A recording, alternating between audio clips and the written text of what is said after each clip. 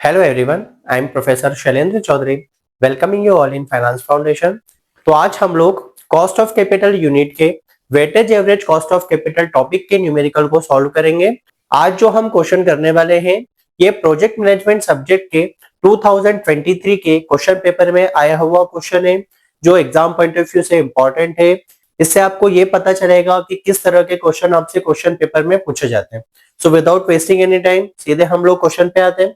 तो देखिए, क्वेश्चन में आपके पास गिवन है कि JKL लिमिटेड एक कंपनी है। कंपनी का कैपिटल स्ट्रक्चर बुक वैल्यू के अकॉर्डिंग आपके पास गिवन है। जो इक्विटी शेयर कैपिटल है वो है आपके पास 40 लाख रुपीस का।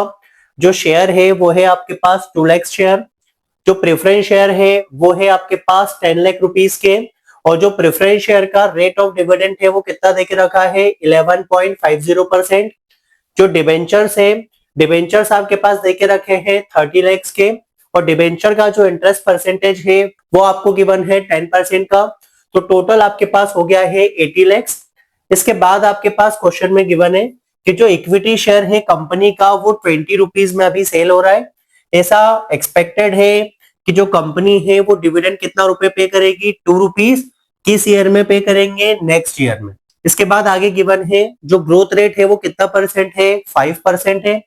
हमें कॉर्पोरेट टैक्स जो क्वेश्चन में गिवन है वो कितना परसेंट गिवन है, 40%। इसके बाद हमें दो चीजें कैलकुलेट करनी है। तो सबसे पहले हमें weightage average cost of capital calculate करना है गिवन कैपिटल स्ट्रक्चर के बेसिस पे। इसके बाद हमसे क्वेश्चन में बोला है कि हमको न्यू WACC निकालना है। जब क्या करेगी कंपनी 20 लाख रुपीस का क्या करेगी, डेट इशू करती है 12% डिबेंचर्स पे। तो जब 12% पे कंपनी क्या करेगी, 20 लाख का डेट को इशू करती है, तब हमें क्या निकालना है, ड्यू WACC निकालना है। क्योंकि आपने डेट से अमाउंट को रेस किया है तो इसका इंपैक्ट कहां पे पड़ रहा है। तो जो इक्विटी शेयर वालों का जो एक्सपेक्टेड डिविडेंड है वो क्या हो गया है, 2.4। जो ग्रोथ रेट है उसमें कोई चेंज नहीं आया है, बट जो शेयर प्राइस है वो कितना रुपीस हो गया है, 16 रुपीस। तो क्या हुआ है यहाँ पे न्यू सिनारियो में, 20 लाख रुपीस आपने क्या किया है, डेट से इशू किया है। डेट का जो परसेंटेज है वो है 12%। इसके बाद जो एक्सपेक्टेड डिविडेंड हो गया है वो कितना हो गया है, अब 2.40। इसके बाद ग्रोथ रेट हमारे पास सेम रहेगा। जो शेयर प्राइस है मार्केट में वो कितनी रुपीस हो गई है, 16 रुपीस। थर्ड वाला पार्ट गिवन है कि हमें क्या करना है, कमेंट करना है यूज ऑफ वेट का। दोनों ही जो स्ट्रक्चर गिवन है दोनों के फॉर्म में देके रखा है। तो हमें ओल्ड वाले स्ट्रक्चर पे भी इनपुट देना है और न्यू वाले स्ट्रक्चर पे भी इनपुट देना है। आई होप यहां तक आप लोगों को क्लियर होगा। तो इस तरह का क्वेश्चन ऑलरेडी मैंने कराया हुआ है, तो सेम क्वेश्चन मैं आपको फिर से करा देता हूं जिससे आपकी प्रैक्टिस और हो जाए।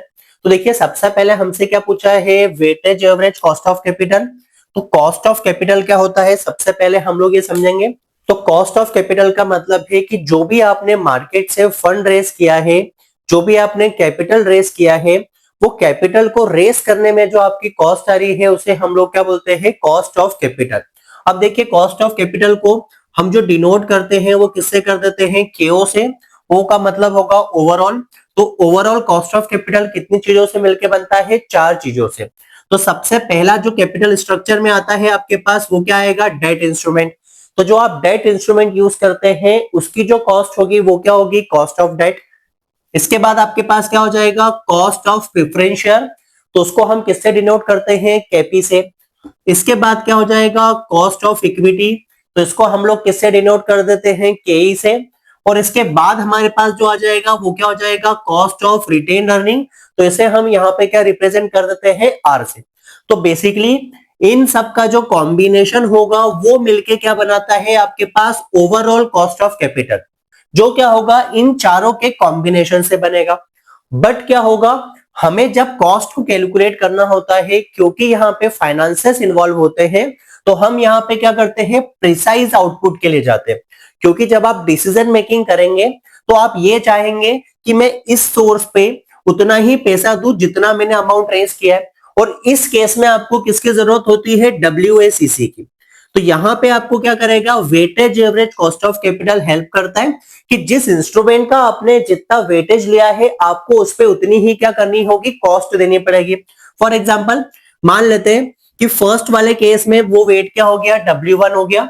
तो यहाँ पे W1 KD हो गया, यहाँ पे क्या हो जाएगा, W2 KP हो गया, यहाँ पे क्या हो गया W3KE हो गया, और यहाँ पे क्या हो जाएगा W4KR हो गया। मतलब जिस सोर्स से आपने जितना अमाउंट रेस किया है आप उतनी ही क्या देंगे, यहाँ पे कॉस्ट देंगे, और ये क्या हो जाएगा weightage average cost of capital.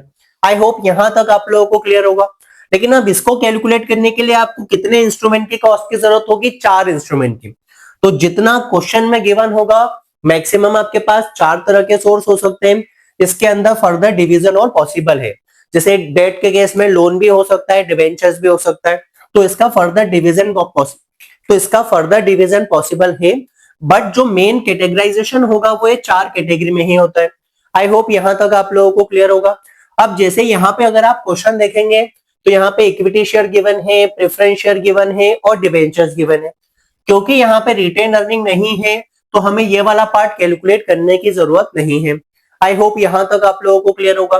तो सबसे पहले हम लोग क्या करेंगे, कॉस्ट ऑफ डेट निकाल लेंगे, then cost of preference share निकाल देंगे, और उसके बाद क्या करेंगे, कॉस्ट ऑफ इक्विटी निकाल लेंगे। आई होप यहां तक आप लोगों को क्लियर होगा। तो देखिए सबसे पहले हम लोग आते हैं कॉस्ट ऑफ डेट पे। तो सबसे पहले हम लोग क्या करेंगे, डेट इंस्ट्रूमेंट की बात करेंगे। अब देखिए जो डेट इंस्ट्रूमेंट है ये भी कितनी कैटेगरी में डिवाइड हो सकता है, 2 कैटेगरी में। एक हो जाएगा आपके पास इररिडीमेबल, दूसरा क्या होगा रिडीमेबल। इररिडीमेबल का मतलब क्या, कि जो आपका एक्चुअल में क्या होगा इन्वेस्टमेंट होगा उसे आप रिडीम नहीं करेंगे, आपको जो उसके फाइनेंसिंग चार्जेस होंगे वो मिलते जाएंगे। तो ये क्या हो जाएगा आपके पास इररिडीमेबल। फॉर एग्जांपल आपने 100 रुपए का कोई इंस्ट्रूमेंट खरीदा है, कूपन रेट मान लीजिए 10% है, तो आपको वो 100 रुपए नहीं मिलेंगे, आपको क्या मिलेगा, परपेचुअली वो 10% ही मिलता रहेगा। तो 100 रुपए का 10% कितना हो गया, 10 रुपीज हो गया। तो पर ईयर आपको 10 रुपीज ही मिलता जाएगा। तो ये क्या होगा आपके पास इररिडीमेबल। अब रिडीमेबल का क्या मतलब है, कि आपको जो इंटरेस्ट है वो तो मिलेगा ही, बट इसके साथ जो आपका प्रिंसिपल था वो भी आपको क्या होगा, रिडीम होगा। क्योंकि यहाँ पे आपको प्रिंसिपल और इंटरेस्ट दोनों मिल रहा है, और आप आपकी ओरिजिनल इन्वेस्टमेंट को क्या कर पा रहे हैं, रिडीम कर पा रहे हैं, इसलिए ये क्या हो जाएगा आपके पास रिडीमेबल वाला केस। आई होप यहां तक आप लोगों को क्लियर होगा। तो आपके पास जो ये वाला क्वेश्चन गिवन है, इसमें देखिए कहीं पे भी आपको टर्म वैल्यू देके रखा है क्या, कितने टर्म के लिए आपने इशू किया है, या इतने टर्म के बाद आप रिडीम कर पाएंगे। क्योंकि आपके पास क्वेश्चन में ऐसा कहीं नहीं गिवन है, इसका मतलब है ये जो क्वेश्चन आपके पास है ये किसका है, इररिडीमेबल का। तो जो नेक्स्ट वाली वीडियो अपलोड होगी उसके अंदर जो आपके पास क्वेश्चन रहेगा वो रहेगा रिडीमेबल का, और ये जो क्वेश्चन आपके पास है ये किसका रहेगा, इररिडीमेबल का। आइडेंटिफिकेशन का आसान सा तरीका है, क्योंकि यहाँ पे कहीं पे भी ये नहीं लिखा है कि इतने में आप रिडीम करने वाले हैं, या यहाँ पे टेन्योर नहीं गिवन है। तो जब ये दोनों चीजें नहीं होती है तो उसका सीधा सा मतलब है कि ये जो क्वेश्चन होगा ये किसका हो जाएगा आपके पास, इररिडीमेबल का। अब जो फॉर्मूला है वो बहुत आसान है। तो यहाँ पे क्या हो जाएगा, इंटरेस्ट, और अपॉन में क्या हो जाएगा, नेट प्रोसीड। तो जिसका फॉर्मूला है वो क्या होगा आपके पास, इंटरेस्ट, अपॉन में क्या होगा, नेट प्रोसीड। तो नेट प्रोसीड का मतलब है कितना आपको एक्चुअल में फंड मिला। इंटरेस्ट का मतलब है कि ये जो नेट प्रोसीड के लिए जो आप इंटरेस्ट पे करने वाले हैं वो यहाँ पे आ जाएगा। जब डिवाइड करके 100 का मल्टीप्लाई कर देंगे तो आपके पास कॉस्ट आ जाती है परसेंटेज में। अब एक बात और ध्यान रखिएगा कि जब भी आप इंटरेस्ट का कैलकुलेशन करेंगे या प्रेफरेंस डिविडेंड का कैलकुलेशन करेंगे, तो ये जो सारी कैलकुलेशन होती है ये किस पे होगी, आपके पास फेस वैल्यू पे। अब देखिए क्वेश्चन में कहीं पे भी हमारे पास फेस वैल्यू गिवन है क्या, नहीं गिवन है। तो हम लोग यहाँ पे जो फेस वैल्यू है वो कितना एज्यूम कर लेंगे, 100 एज्यूम कर लेंगे। तो यहाँ पे हमने फेस वैल्यू को कितना एज्यूम कर लिया, 100 एज्यूम कर लिया। आई होप यहां तक आप लोगों को क्लियर होगा। अब इंटरेस्ट कितना देके रखा है क्वेश्चन में आपके पास, 10% डिवेंचर। तो डिवेंचर कौन से इंस्ट्रूमेंट होंगे, ये डेट इंस्ट्रूमेंट होंगे, क्योंकि इस पे एक फिक्स इंटरेस्ट आपको पे करना होगा। तो फेस वैल्यू कितना है, 100, डिवेंचर का परसेंटेज कितना, 10%। तो जब आप 100 का 10% निकालेंगे तो आंसर कितना आ गया आपके पास, 10 रुपीज। तो जो आंसर आ गया आपके पास वो कितना आ गया, 10 आ गया। अब देखिए यहाँ पे कहीं पे क्वेश्चन में आपके पास गिवन है क्या, कि आप प्रीमियम पे इशू कर रहे हैं या आप डिस्काउंट पे इशू कर रहे हैं। तो क्योंकि यहाँ पे ऐसा नहीं गिवन है, इसका मतलब है हमें क्या मिल रहा है, फेस वैल्यू मिल रहा है। तो यहाँ पे क्या होगा, 100। आई होप यहां तक आप लोगों को क्लियर होगा। बट डेट इंस्ट्रूमेंट की एक खासियत होती है कि यहाँ पे आपको क्या मिलेगा, टैक्स का रिबेट मिलता है। तो आपको यहाँ पे क्या मिलेगा, टैक्स का रिबेट मिलेगा। क्यों मिलेगा, तो क्यों ऐसा होता है, तो आप स्टेटमेंट देखिए। सबसे पहले क्या आता है, सेल्स, सेल्स में से वेरिएबल कॉस्ट माइनस करते हैं, कंट्रीब्यूशन आता है, फिर फिक्स कॉस्ट आप माइनस करेंगे तो ईबीआईटी या ऑपरेटिंग प्रॉफिट आएगा। तो ईबीआईटी में से सबसे पहले किसका माइनस होता है, इंटरेस्ट का, और उसके बाद किसका माइनस होता है, टैक्स का। मतलब जितना भी आपने इंटरेस्ट पे किया है उस पे आपको टैक्स का क्या मिलने वाला है, बेनिफिट मिलने वाला है। तो यहाँ पे जो फॉर्मूला होगा उसमें एक स्लाइड सा चेंज क्या होता है, इंटरेस्ट, और यहाँ पे आपके पास क्या हो जाता है, 1 माइनस टैक्स। तो इसलिए याद रहे, इसलिए मैं आपको इस तरह से बता रहा हूं। तो यहाँ पे देखिए आप 10 आपने इंटरेस्ट का अमाउंट लिखा, 1 फॉर्मूले का है तो इज इट इज रहेगा। अब जो टैक्स रेट है वो आपके पास क्वेश्चन में कितना गिवन है, 40%। तो 40% को जब आपने सॉल्व किया तो यहाँ पे कितना हो जाएगा, 0.4। आई होप यहाँ तक क्लियर होगा। तो यहाँ पे हुआ 10, मल्टीप्लाई करेंगे आप 0.6 से, अपॉन में आ जाएगा आपके पास 100, और यहाँ पे जब 100 का मल्टीप्लाई होगा तो आपके पास जो आंसर आ जाएगा वो कितना आ जाएगा, 6%। तो आपके पास यहाँ पे जो इफेक्टिव कॉस्ट ऑफ डेट आ गई है वो कितना आ गया है, 6%। आई होप यहां तक आप लोगों को क्लियर होगा। अब देखिए यहाँ पे हमने कॉस्ट ऑफ डेट की कॉस्ट निकाल दी है। अब हम लोग यहाँ पे क्या करेंगे, कॉस्ट ऑफ प्रेफरेंस शेयर निकालने के लिए जाएंगे। अब प्रेफरेंस शेयर के लिए भी फॉर्मूला लगभग सेम रहेगा। यहाँ पे भी आप देखेंगे कोई टेन्योर नहीं गिवन है, कहीं पे ऐसा नहीं गिवन है कि रिडीम हो रहा है। इसका मतलब है यहाँ पे क्या आ जाएगा आपके पास, डीपी। इसका मतलब क्या है, प्रेफरेंस डिविडेंड, और अपॉन में क्या हो जाएगा आपके पास, नेट प्रोसीड। आई होप यहां तक क्लियर है। तो जो टैक्स बेनिफिट है वो बस कॉस्ट ऑफ डेट में मिलेगा, इसलिए हम लोग यहाँ पे 1 माइनस टैक्स प्रेफरेंस शेयर के केस में नहीं लिखते। बहुत सारे बच्चे गलती करते हैं, इसलिए ध्यान रखिएगा कि जो टैक्स का बेनिफिट है वो कहां पे मिलता है, बस कॉस्ट ऑफ डेट में। आई होप यहां तक आप लोगों को क्लियर होगा। तो देखिए यहाँ पे भी फेस वैल्यू नहीं गिवन थी, तो प्रेफरेंस शेयर की भी फेस वैल्यू को हमने क्या किया, 100 एज्यूम किया। 11.5% हमारे पास क्या था, प्रेफरेंस डिविडेंड का रेट था। तो 100 का आपने 11.5 निकाला तो कितना हो गया, यहाँ पे 11.50, अपॉन में जो आपके पास नेट प्रोसीड था, कुछ नहीं गिवन था, डिस्काउंट प्रीमियम, तो यहाँ पे 100 लिखा। क्योंकि इसको होल नंबर में कन्वर्ट करना है तो इसलिए यहाँ पे 100 से मल्टीप्लाई किया। तो क्योंकि यहाँ पे टैक्स वगैरह का बेनिफिट नहीं था तो आपके पास जो आंसर आ जाएगा वो सेम आ जाएगा। तो जो आपके पास प्रेफरेंस शेयर की कॉस्ट आ गई थी वो कितनी आ गई है, 11.50। तो देखिए यहाँ पे हमने 11.50 लिख लिया। आई होप यहाँ तक आप लोगों को क्लियर होगा। तो देखिए अब हमने कॉस्ट ऑफ डेट निकाल दिया, कॉस्ट ऑफ प्रेफरेंस शेयर निकाल दिया। अब हम लोग क्या करेंगे, कॉस्ट ऑफ इक्विटी निकालने के लिए आएंगे। तो यहाँ पे आए हम लोग कॉस्ट ऑफ इक्विटी निकालने के लिए। इसका फॉर्मूला जो होता है वो होता है D1, अपॉन में क्या होगा, मार्केट प्राइस, और प्लस में क्या हो जाता है, ग्रोथ।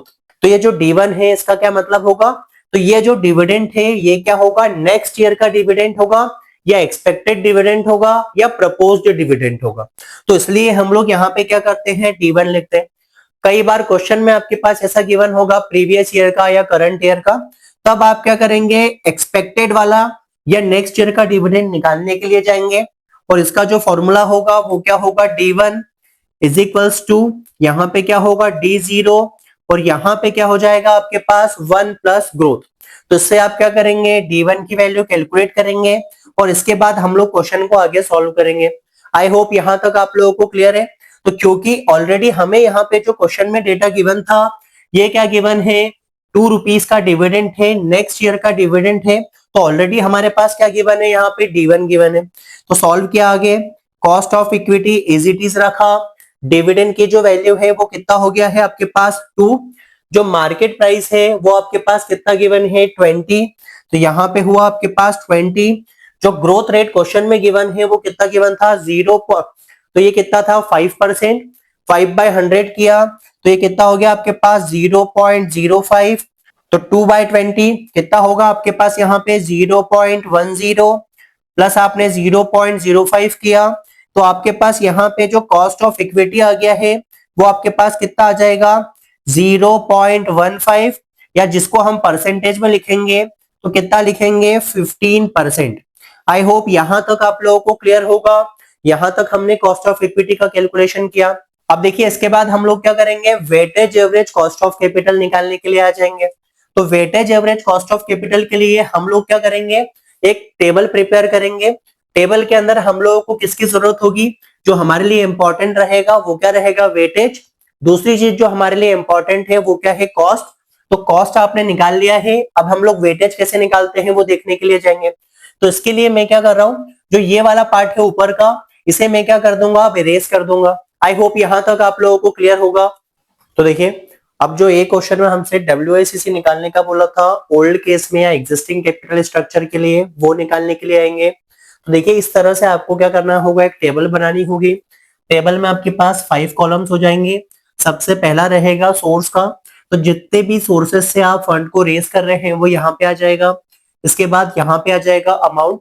अब हम लोग क्या करेंगे, वेट निकालने के लिए आएंगे। तो वेट के लिए सबसे पहले हम लोग क्या करते हैं, टोटल कैलकुलेट करते हैं। तो 40 + 10 कितना, 50, एंड 50 + 30 कितना हो जाएगा, 80। तो यहाँ पे जो अमाउंट आ जाएगा वो कितना आ जाएगा आपके पास, 80 lakhs का। तो यहाँ पे जो अमाउंट हो गया वो कितना हो गया, 80 lakhs। आई होप यहाँ तक क्लियर होगा। अब यहाँ पे हमको क्या निकालना है, वेट निकालना है। वेट के लिए हम लोग क्या करेंगे, ये जो आपके पास 40 lakhs है, इसमें हम लोग डिवाइड कर देंगे किसका, टोटल का। तो ये पता चलेगा कि टोटल 80 lakhs में से जो आपका इक्विटी है इसका प्रपोर्शन कितना है। तो यहाँ पे जो वैल्यू आ जाएगी वो कितना आ जाएगा, 0.50। तो 50% जो वेटेज हो गया वो किसका हो गया, इक्विटी का हो गया। अब हम लोग क्या करेंगे, सेम प्रेफरेंस शेयर के लिए आएंगे। तो प्रेफरेंस शेयर के लिए आप क्या करेंगे, जो आपका 10 lakhs है, अब इसमें किसका डिवाइड हो जाएगा, 80 lakhs, जो आपके पास टोटल फंड है। तो जब हम 10 lakhs में 80 lakhs का डिवाइड करेंगे तो जो हमारे पास आंसर आ जाएगा वो कितना आ जाएगा, 0.125। आई होप यहां तक आप लोगों को क्लियर होगा। अब इसके बाद हम लोग डिवेंचर्स के लिए आएंगे। तो 30 lakhs में अब हम लोग किसका डिवाइड कर देंगे, 80 lakhs का। तो यहाँ पे हुआ आपके पास 30 lakhs, यहाँ पे क्या हो जाएगा आपके पास 80 lakhs। तो अब हम लोग 30 lakhs में 80 lakhs का डिवाइड कर देंगे तो हमारे पास जो आंसर आ जाएगा वो कितना आ जाएगा, 0.375। अब इन सब का जो टोटल है वो क्या होना चाहिए, 1 होना चाहिए। आई होप यहां तक आप लोगों को क्लियर है। तो यहाँ पे हमने क्या किया, थर्ड वाले कॉलम में वेट निकालने के लिए आ गए। तो इसके लिए क्या करेंगे, जो रिस्पेक्टिव सोर्सेस का जो अमाउंट है उसमें आप टोटल अमाउंट का क्या कर देंगे, डिवाइड कर देंगे। तो आपके पास क्या आ जाएगा, वेट आ जाएगा। कॉलम नंबर दे देते हैं यहाँ पे। तो ये होगा कॉलम नंबर 3, ये हुआ 4, और ये क्या हो जाएगा आपके पास 5। आई होप यहां तक क्लियर है। अब चौथे वाले कॉलम में आए, यहाँ पे हमें क्या करना है, कॉस्ट लिखना है। तो देखिए, सबसे पहले अब हम लोग इक्विटी की कॉस्ट लिखते हैं। तो इक्विटी की जो कॉस्ट है वो कितना है हमारे पास, 15%। तो यहाँ पे आपने क्या लिखा, 15। कई बार किसी बुक का आप रेफरेंस लेंगे तो वहां पे ऐसा हो सकता है कि आपको 15 को सॉल्व करके लिखा हो यहाँ पे 0.15। तो आप यहाँ पे 0.15 भी लिख सकते हैं। तो अगर आप यहाँ पे 0.15 लिखते हैं तब आपको क्या करना होगा, जो भी आपका टोटल आएगा वेटेज कॉस्ट का, उसमें आप 100 से मल्टीप्लाई कर देंगे, क्योंकि आपको कॉस्ट जो चाहिए होगी वो किस में चाहिए होगी, परसेंटेज में। इसलिए मैंने यहाँ पे सीधे ही 15 लिख दिया है। इसके बाद प्रेफरेंस शेयर की जो कॉस्ट है वो सेम है। तो वो कितना है आपके पास, 11.50। और जो डिबेंचर्स की जो कॉस्ट है वो कितना परसेंट हो गया है, 6%। तो यहाँ पे जो कॉस्ट आ जाएगी वो कितना आ जाएगा, 6 आ जाएगा। आई होप यहां तक आप लोगों को क्लियर है। अब देखिए, अब हम लोग क्या करेंगे, तो अब हमें क्या करना है, वेट और कॉस्ट का मल्टीप्लाई करना है। तो कॉलम नंबर 5 बनाने के लिए हम लोग क्या करेंगे, कॉलम नंबर 3 और कॉलम नंबर 4 का क्या कर देंगे, मल्टीप्लाई कर देंगे। तो यहाँ पे जब 0.5 में आप 15 का मल्टीप्लाई करेंगे तो कितना हो जाएगा आपके पास, 7.5। जब आप 0.125 में 11.50 का मल्टीप्लाई करेंगे तो ये हो जाएगा आपके पास 1.4375। और जब आप 0.375 में 6 का मल्टीप्लाई करते हैं तो आपके पास जो आंसर आ रहा है वो कितना आएगा, 2.25। अब हम लोग यहाँ पे टोटल कर लेंगे। तो 2.25 प्लस 1.4375 प्लस आप करेंगे यहाँ पे 7.5 का। तो यहाँ पे जो आपके लिए कॉस्ट आ जाएगी वो कितनी आ जाएगी, 11.1875। और ये जो आपके पास कैलकुलेट हुआ है ये क्या हो गया है, WACC weightage average cost of capital जो आ गई है आपके पास वो कितनी आ गई है, 11.1875। अगर इसको आप राउंड अप करते हैं तो ये हो जाएगा 11.19%। आई होप यहां तक आप लोगों को क्लियर होगा। तो देखिए, अब हमने फर्स्ट वाला पार्ट तो सॉल्व कर लिया है क्वेश्चन का। अब सेकेंड वाले पार्ट में हमसे क्या पूछा था कि न्यू WACC निकालना है। जब हम क्या करेंगे, एडिशनल फंड कितने का रेस कर लेंगे, 20 lakhs का। कितने परसेंट पे? 12% पे। तो अब हमारे पास क्या हुआ यहाँ पे, ये जो सेम क्वेश्चन है इसमें एक तो न्यू इंस्ट्रूमेंट ऐड हो गया है, तो यहाँ पे आपको सबसे पहले क्या निकालना होगा? केडी निकालना होगा। आई होप यहाँ तक आप लोगों को क्लियर है। इसके बाद क्या बोला है, केडी के कारण जो इम्पैक्ट है वो कहाँ पे पड़ रहा है? इक्विटी शेयर पे। तो अब हमें क्या करना होगा इस केस में? दो कॉस्ट कैलकुलेट करनी होगी। एक निकालनी होगी आपको कॉस्ट ऑफ डेट, सेकेंड वाला क्या निकालना होगा आपको? Cost of equity. तो अब ये दोनों कैलकुलेशन के लिए आ जाएंगे। तो सबसे पहले हम जो कैलकुलेशन कर लेते हैं वो कर लेते हैं कॉस्ट ऑफ डेट का। तो देखिए यहाँ पे कोई भी फेस वैल्यू नहीं गिवन है 20 लाख के लिए भी, तो फेस वैल्यू हमने क्या एज्यूम किया? 100। जो इंटरेस्ट हो जाएगा वो कितना परसेंट हो जाएगा? 12%। तो यहाँ पे जो वैल्यू लिखा वो कितना लिखा? इंटरेस्ट की प्लेस पे 12 लिखा। इसके बाद टैक्स कितना है? 40%। तो ये क्या हो गया? 0.40। अपॉन में जो नेट प्रोसीड है वो हम लोग कितना लिख रहे हैं? 100 ही लिख रहे हैं। तो देखिए अब यहाँ पे होगा 12, जब आप सब्ट्रैक्शन करेंगे तो हो जाएगा 0.6 और अपॉन में क्या हो जाएगा आपके पास? 100। तो यहाँ पे होगा 12 मल्टीप्लाई जब हम 0.6 का करेंगे तो कितना हो जाएगा? 7.2। तो ये क्या हुआ? 7.2 अपॉन में 100, क्योंकि परसेंटेज में वैल्यू चाहिए थी तो 100 का मल्टीप्लाई किया। तो यहाँ पे जो न्यू कॉस्ट आ गई है आपके पास 20 लाख के इंस्ट्रूमेंट के लिए, वो कितनी आ गई है आपके पास? 7.2%। आई होप यहां तक आप लोगों को क्लियर होगा। अब क्योंकि आपने कॉस्ट ऑफ डेट निकाल लिया है 20 लाख के लिए, तो उसका इम्पैक्ट कहां पे पड़ रहा है? कॉस्ट ऑफ इक्विटी पे। तो हम यहाँ पे आप कॉस्ट ऑफ इक्विटी भी कैलकुलेट कर लेंगे। तो देखिए आप कैलकुलेशन के लिए आएंगे तो यहाँ पे आपके पास क्या हो गया? कॉस्ट ऑफ इक्विटी D1 की प्लेस पे जो एक्सपेक्टेड डिविडेंड है वो कितना हो रहा है? 2.40। तो यहाँ पे हमने क्या लिखा? 2.40। जो चेंज हुआ है मार्केट प्राइस में अब वो कितना हो गया है? 16। तो यहाँ पे क्या होगा आपके पास? 16 प्लस जो ग्रोथ रेट है वो बोला था अनचेंज्ड है, तो यहाँ पे क्या होगा आपके पास? 0.05। अब देखिए इसे सॉल्व कर लेते हैं। तो यहाँ पे क्या होगा? 2.4 डिवाइड बाय 16। तो यहाँ पे आपके पास क्या होगा? 0.15। इसमें आप 0.05 का एडिशन करेंगे तो ये जो कॉस्ट ऑफ इक्विटी आ जाएगा ये कितना होगा? 0.20, या आप यहाँ पे कितना लिख सकते हैं? 20%। आई होप यहाँ तक क्लियर होगा आपको। तो यहाँ पे ये दो चीजों में आपको चेंज दिखेगा। अब हम लोग क्या करेंगे? न्यू WACC निकालने के लिए आ जाएंगे। इसके अंदर हम लोग क्या करेंगे? अब चौथा सोर्स और एड कर देंगे। तो यहाँ पे क्या हो जाएगा आपके पास? 12% डिवेंचर। तो आपको अलग से कैलकुलेशन करने की जरूरत नहीं है, तो आपको यहाँ पे मर्ज कैलकुलेशन की जरूरत नहीं है, उससे आपका क्वेश्चन कॉम्प्लेक्स हो जाता है। तो आप 10% डिवेंचर्स को अलग एंटिटी ट्रीट कीजिएगा और 12% को अलग ट्रीट कीजिएगा। तो यहाँ पे आपके पास कितना हो जाएगा? 20 लाख। अब इसके बेसिस पे हम लोग क्या करेंगे? फर्दर कैलकुलेशंस के लिए आएंगे। तो मैं ये वाला पार्ट अब इरेज कर देता हूं। अब हम लोग वापस से सॉल्व करने के लिए आएंगे न्यू कैपिटल स्ट्रक्चर के लिए। आई होप यहां तक आप लोगों को क्लियर होगा। तो देखिए यहाँ पे हमने चेंज कर लिया, 12% डिवेंचर सीट किया। अब हमें क्या करना है? वेट निकालना है। इसके लिए सबसे पहले हम लोग क्या करेंगे? टोटल करेंगे। तो ध्यान रखिएगा जो ब्लैक मार्कर से लिखा है वही हमारे न्यू स्ट्रक्चर में चेंज लिखा है, इसलिए यहाँ पे मैंने पेन बदल दिया है। तो यहाँ पे 80 लाख तो यहाँ तक था। जब आप 20 लाख को एडिशन कर देंगे तो यहाँ पे जो आपके पास आंसर आ जाएगा वो कितना आ जाएगा आपके पास? 1 करोड़। तो 1 करोड़ आपके पास क्या हो गया? टोटल कैपिटल स्ट्रक्चर में अमाउंट हो गया। अब यहाँ पे हम वेट निकालने के लिए आएंगे तो 40 लाख डिवाइड बाय क्या कर लेंगे आप? 1 करोड़। तो 40 लाख डिवाइड बाय 1 करोड़ किया तो कितना हो जाएगा यहाँ पे? 0.40। 10 लाख डिवाइड बाय 1 करोड़ किया तो क्या हो जाएगा यहाँ पे? 0.10। 30 लाख डिवाइड बाय 1 करोड़ किया तो 0.30 और 20 लाख डिवाइड बाय 1 करोड़ किया तो कितना हो जाएगा? 0.20। और जब इन सब का आप टोटल करेंगे तो ये क्या आना चाहिए? 1 आना चाहिए। तो 40 10 50 80 और 20 किया तो यहाँ पे आपके पास 1 आंसर आ जाएगा। कभी यहाँ पे परसेंटेज में लिखेंगे तो यहाँ पे टोटल कितना होना चाहिए? 100%। आई होप यहाँ तक क्लियर होगा। अब हम कॉस्ट लिखने के लिए आ जाएंगे। तो इक्विटी के लिए जो कॉस्ट आई थी वो कितना है? 20%। तो यहाँ पे क्या लिखा? 20। प्रेफरेंस शेयर के लिए कॉस्ट सेम रहेगी क्योंकि यहाँ पे कोई चेंज नहीं हुआ था।